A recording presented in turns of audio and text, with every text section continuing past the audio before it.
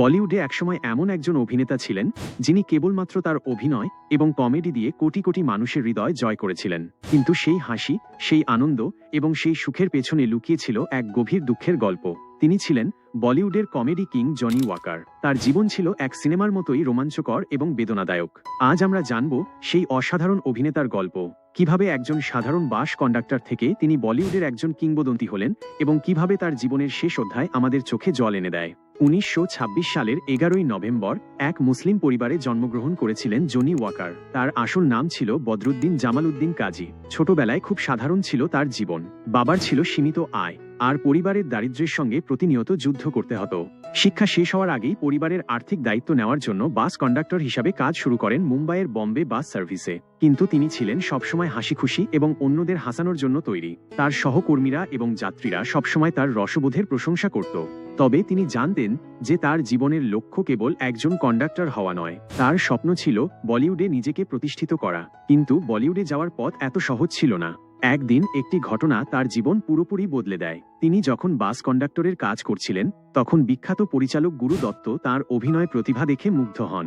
Johnny Waker একটি মজার দৃশ্য করে দেখান যেখানে তিনি একজন মাতাল ব্যক্তির অভিনয় করেছিলেন। গুরু দত্ত এতটাই মুগ্ধ হন যে তিনি জনি ওয়াকারের জন্য বাজি ১৯৫১ সিনেমায় একটি চরিত্র তৈরি করেন। সেখান থেকেই শুরু হয় তার বলিউড যাত্রা। তার অভিনয় এতটাই প্রভাবশালী ছিল যে তিনি খুব দ্রুত বলিউডে নিজের জায়গা করে নেন। প্যার কা সাগর, সিআইডি, চোর মচায় শোর এবং মধুমতির মতো ছবিতে তার কমেডি চরিত্র মানুষকে হাসিয়েছিল, আর তার অভিনয়ের দক্ষতা মানুষকে ভাবিয়েছিল। তার চরিত্রের বৈচিত্র্য এবং রসবোধের জন্য তিনি সকলের প্রিয় হয়ে উঠেছিলেন।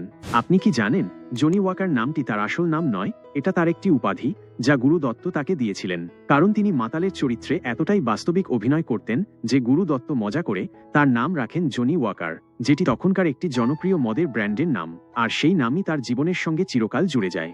জনি ওয়াকার কেবল একজন ভালো অভিনেতাই ছিলেন না, তিনি একজন অসাধারণ মানুষও ছিলেন। তার স্ত্রী নূর এবং ৬ সন্তানের সঙ্গে তার ব্যক্তিগত জীবন ছিল অনেকটাই শান্ত।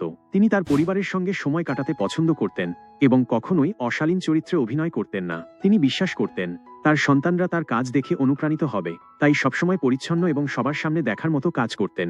১৯৭০-এর দশকের শেষের দিকে বলিউডে কমেডি চরিত্রের প্রতি দর্শকদের মনোযোগ কমে যায়। এছাড়া নতুন প্রজন্মের অভিনেতাদের আগমনে ধীরে ধীরে জনি ওয়াকার বলিউড থেকে নিজেকে সরিয়ে নেন। তবে তিনি কখনো হতাশ হননি। অভিনয় ছাড়ার পর তিনি তার পরিবার এবং নিজের ব্যবসার দিকে মনোযোগ দেন। জনি ওয়াকার জীবনের শেষ দিনগুলো অনেকটাই আড়ালে কাটিয়েছেন।